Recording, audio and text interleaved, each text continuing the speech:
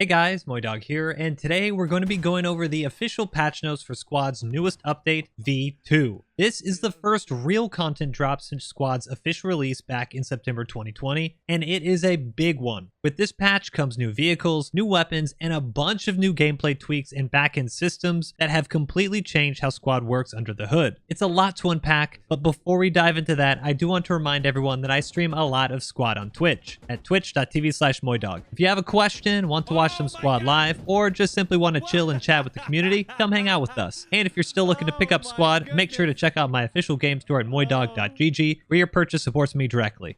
Alright, so V2 has a lot in it, and if you're watching this, you may have already experienced a bit of the chaos that was the V2 launch. I'm not going to get into any of the launch day bugs here, since as I'm writing this, the devs have already put out 2 hot fixes for the game to fix some of the main issues we had, but if you are interested in what those problems were, I'll link the video up in the top right, and instead I want to focus on the positives and all the cool new stuff, because there's a lot of it. The official patch notes are roughly 12 pages long, and as much fun as it would be to go over every single line, a lot of these things were related to map and terrain issues, optimization tweaks, and other weird collision, mesh, and texture things that you probably wouldn't notice. What all these do though is collectively help improve performance and optimization. These optimization changes have been pretty substantial, with a lot of players reporting anywhere from an increase of 15 to 50 FPS on your average PC, or even 100 FPS gains on builds with the 30 series graphics cards. Notoriously bad performing maps like Fallujah, Scorpo, and Lashkar Valley should now result in much better frame rates. Additionally, this optimization pass is tied into the new graphics setting options. From new anti-aliasing options, texture sliders, sharpening, and even saturation and contrast, you can really tweak your game to look how you want it to. The old gamma slider has also been removed and replaced with brightness instead, making gamma exploits that would remove fog on certain maps and distances much harder to do. Now, I am currently in the process of trying out these new settings in order to create an updated graphics guide for best performance, so if you do notice certain sliders or options greatly affecting your FPS, please make sure to drop a comment below and let us know what's working for you. Apart from the graphics and optimization improvements, V2 has also implemented Phase 1 of the map layer overhaul, a new system that helps lay the foundation for more unique gameplay. Every squad map has a specific layer, and in the past, this not only decided what the objectives were, but also the teams and vehicle composition as well. This would result in a crazy amount of layers, and not to mention a never-ending vehicle balance issue that the devs would have to keep up with. In V2, you might have noticed that each map now has a sub-faction attached to it, such as a specific armored, infantry, air cav, or specialist group. Each of these sub-factions will also have its own set of unique vehicles, weapons, and emplacements, meaning that the devs will now just have to balance one armored sub-faction, for example, against another armored sub-faction, instead of going into specific map layers each time and assigning vehicles depending on what they're up against. Additionally, sometime in the near future, we will be getting voting to allow players to select 3 sub-factions that their team is composed of. The foundation of this is already in the game, and when these 3 sub-factions are selected, you'll actually see their specific logos next to the teams in the server browser. Although I'm super excited to see this in game because of the replayability of switching up sub-factions and seeing what works and what doesn't work, this has also had the added benefit of decreasing load times, since now the map itself loads, and then shortly after the map, it calls the specific faction assets that are needed and then loads those. This is very obvious on the training range, since you'll see a completely empty range and then all of a sudden every single vehicle will spawn in. But you also might notice this in some maps where you'll have vehicles load in waves. Overall, this is a great change for both load times and gameplay, and although we aren't getting the full functionality of it just yet, it's really exciting to see the potential. Now that we're done with all the backend stuff, there have been quite a few big changes affecting gameplay in V2. The first is the introduction of the HAB spawn activation delay timer, which has been implemented to help prevent players from teleporting too quickly across the map, as well as insta-spawning during enemy attacks to help defend. There are 3 ways to activate this delay. The first being when you are first building up a HAB, the second being when a HAB is repaired after being previously disabled through explosives or shovels, or when a HAB is finally cleared from being overrun by the enemy. You will now notice that these things will result in an icon and timer posted up on the map.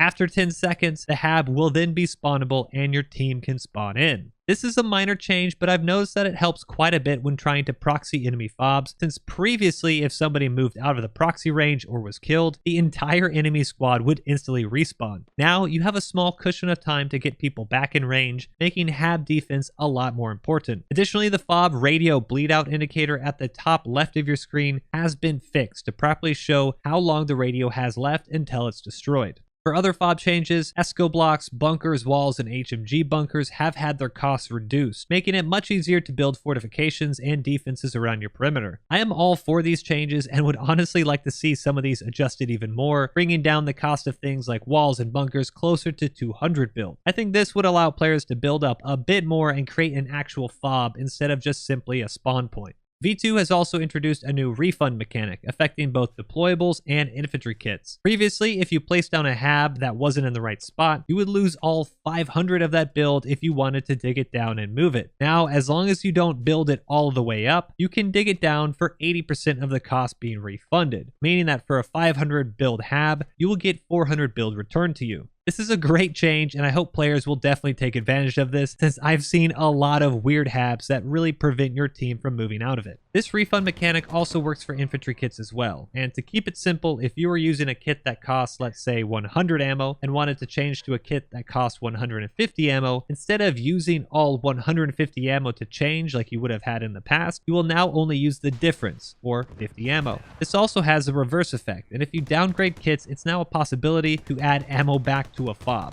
For kit refunds, any ammo used will obviously be taken into consideration, but combined with the deployable refund mechanic, this is a huge help for logistics. Wrapping up the gameplay changes, body dragging has also been improved to make it easier to actually grab down players and not drop them. You can no longer shoot weapons inside of main base protection, and AAS and RAAS ticket changes have been tweaked from plus 50 tickets for a cap and minus 20 for a lost cap to plus 60 and minus 10. I'm not sure if I'm a huge fan of the ticket changes, but the intention here is to make comebacks more feasible, so keep that in mind whenever your team is behind, since one simple cap could completely swing the game back in your favor. Arguably, one of the biggest changes in V2 is the helicopter flight model. Now, I don't think pilots have to completely start from scratch, but the helicopters are noticeably different, and I've described it as trying to fly a garbage truck full of water. You definitely feel the momentum of the helicopter shift during turns, and all the cool maneuvers you could do in V1 will most likely send you flying straight into the trees in V2. Looking at the patch notes themselves, I've definitely noticed that helicopters in general have been moving a lot faster, so infantry and vehicle players should also be aware that it's going to be a bit harder to take them down due to it being easier for the pilots themselves to hit max speed. Another important note is that they've increased pitch, roll, and yaw sensitivity, and the sensitivity settings you used in V1 may no longer work properly in V2, so do spend some time on the range testing it out to make sure you have it right. We also have a bunch of new weapons and vehicles in V2 as well, so let's start off with the British. Infantry players might notice the new LCAN 4x LDS scope on top of the L85A2 rifles. This replaces the older British ACOG, and I've got to be honest, it makes for one of the cleanest sight pictures in the game. If you want to try it out, you can find it on the Squad Leader, Rifleman, Medic, Grenadier, and LAT kits. British infantry can also now choose a brand new heavy anti-tank weapon, the In-Law. Unlike the TOW, which is wire-guided, and smart launchers, which are completely fire-forget, the In-Law has two fire modes, predicted line of sight or direct attack. Direct attack is your standard fire mode you're familiar with, but predicted line of sight, or PLOS, gives you the ability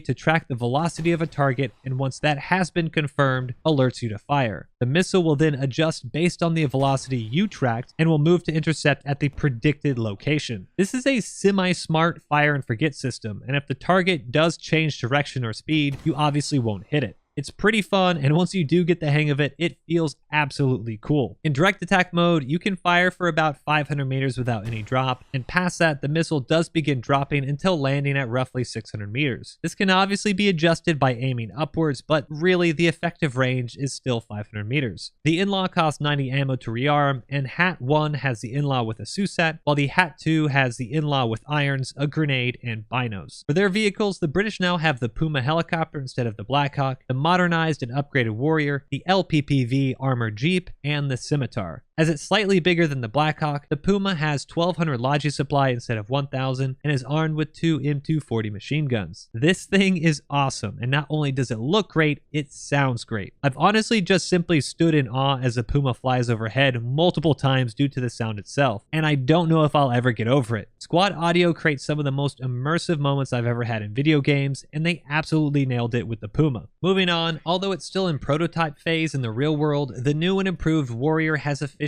been included in the game. This new Warrior has a 40mm autocannon and absolutely shreds anything in front of it. It holds 80 AP rounds and 80 HESH rounds, is stabilized, and has a proper command turret as well, with roughly 90 degrees of visibility. The British still have the regular unstabilized Warriors, including the up-armored variants, but they also now have the lightly armored and extremely mobile Scimitar. This is basically a speedy Warrior, with the same Warrior turret on a very lightly armored hull. As fun as this is, you definitely need to treat it like a scout vehicle and not an IFV, as one hat round can send you straight to the spawn menu. And I will say, I do think this vehicle needs a different map marker, since right now you're not able to tell if it's a Warrior or Scimitar by just looking at the map. The LPPVs are basically the MAT Vs for the British, and they have both open top and Crows variants, which both fit 6 people. The open top has seats for 2 gunners armed with L7A2 machine guns, which have 180 degrees of visibility on either side of the vehicle, while the Crows variant has a stabilized L11A1, essentially a 50 cal with 3 levels of zoom. All of these British vehicles also have a brand new remote weapon station, which you can see here. These look and feel great, and I really like the new 12x view they offer as well. Overall, the British have had a huge buff in almost every area. Prior to V2, I would have put them on the lower end of my faction rankings, but I think that the combination of vehicles and infantry changes have them easily fighting for the #1 spot between the US, Russia, and Canada. Expect to see a lot of British in your games in the near future, because it's been really fun to play them recently. Another faction that had a complete overhaul are the Insurgents. They've received brand new vehicles and weapons that really make you feel like you're part of an unconventional faction instead of just a ragtag group of leftovers. Insurgents now have modern pickup trucks for their techies, and these new variants obviously include the Logi and transports, but have some fun variants as well, including the Dishka, M250 cal, BMP-1, mortar, rockets, an AA gun, and also the SPG.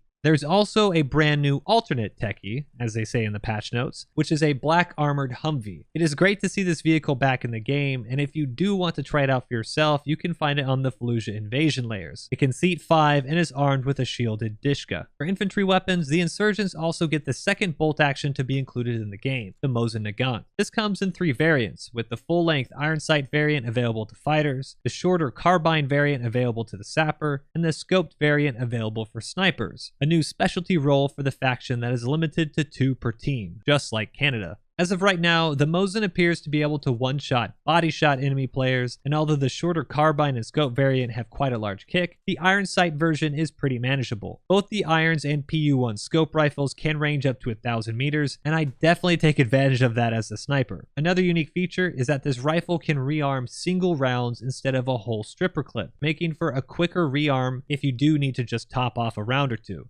This type of reloading has also been added to the SKS as well. The RPD light machine gun has also been included for the Insurgents, replacing the RPK in the fire support auto rifleman kit. It looks great, it sounds great, and can absolutely blow through a drum of ammo without even thinking about it. I will say that the iron sights make it fairly difficult to use by yourself at longer range, so if you do want to use the adjustable sights, which can range up to 1,000 meters, you're probably going to want a spotter. For other factions, Russia has received a brand new heavy anti-tank weapon as well, the RPG-28. This is a huge buff to Russian anti-tank, since the RPG-7 V2 tandem round has an effective range of only 200 meters, whereas the 28 can fire accurately to 500 and costs only 80 ammo to rearm. Unlike the British, however, Russia only receives 1 RPG-28 per team, with Hat 1 getting the new launcher and an RPG-26 for light anti-tank, while Hat 2 gets the AK with a 1P78 scope, the RPG-7 V2 launcher with 1 tandem and 1 heat round, removing the frag rounds they had in V1.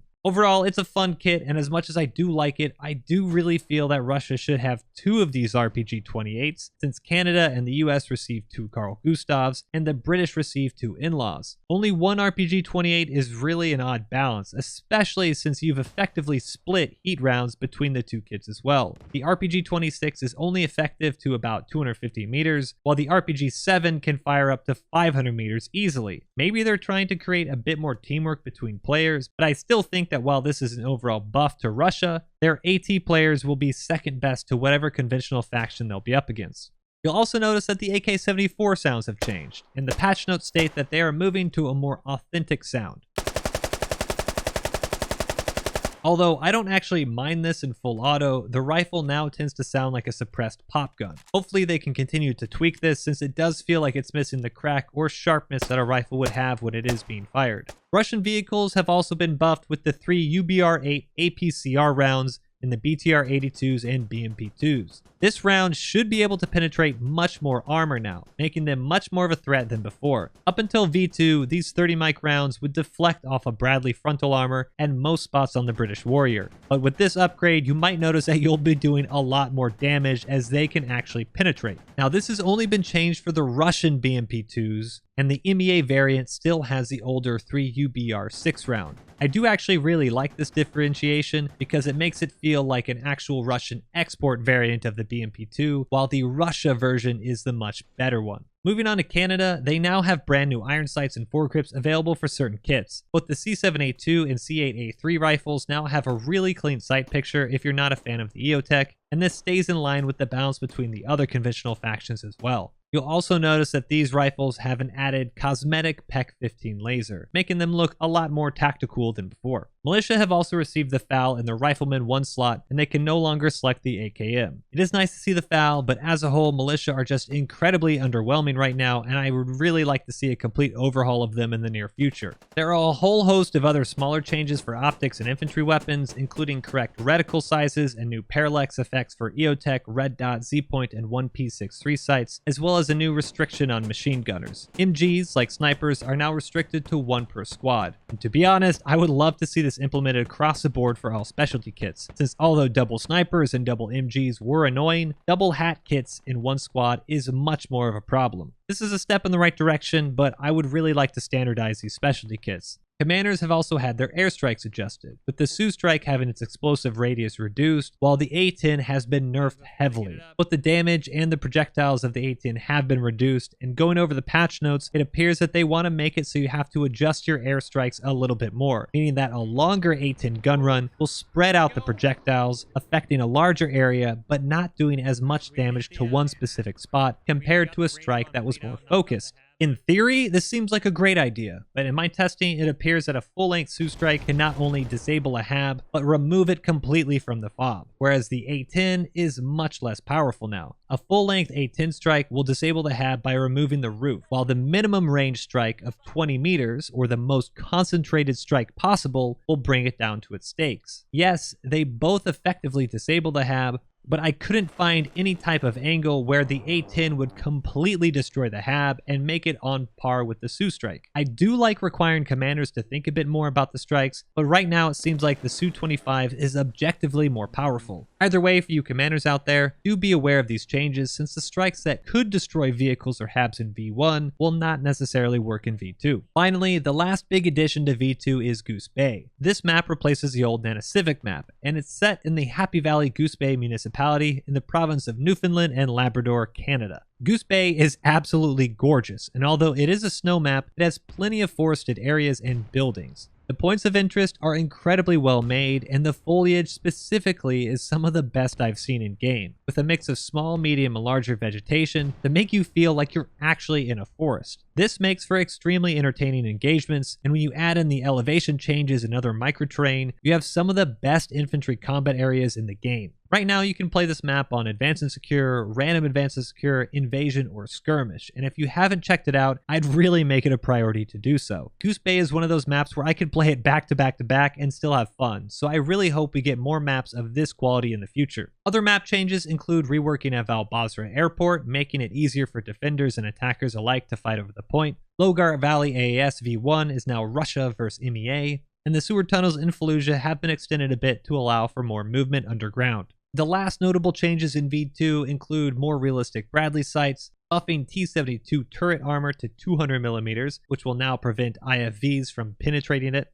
reducing the Zu-23 AA gun's ability to overheat, and speeding up the cooldown, which now makes it stronger against helicopters. Overall, you'll see a lot less spandrels in the game, and all of the vehicle keybinds have been standardized to make weapon selection much easier. We also have some nice quality of life changes like loading screens that show you the map you're loading into, and server favorites that are finally fixed and will now remember all of the servers you've favorited. As a whole, this is a huge amount of content that I'm super excited to get my hands on. Factions feel refreshed, with Insurgents and British feeling almost brand new. Gameplay changes have been implemented that make attack and defense more important, and the whole system squad is being built on is being improved to make future updates and modding easier, not to mention the number of quality of life improvements we've gotten. It's a bummer we had a few major bugs on V2 release, but with the rapid hotfixes, I'm pretty confident we're going to be able to enjoy all the content without any issues real soon. But what do you guys think? Is V2 adding enough content to keep you interested? And what's your favorite part of the update so far? Let me know in the comments below, and if you liked the video, give it a thumbs up and subscribe for more.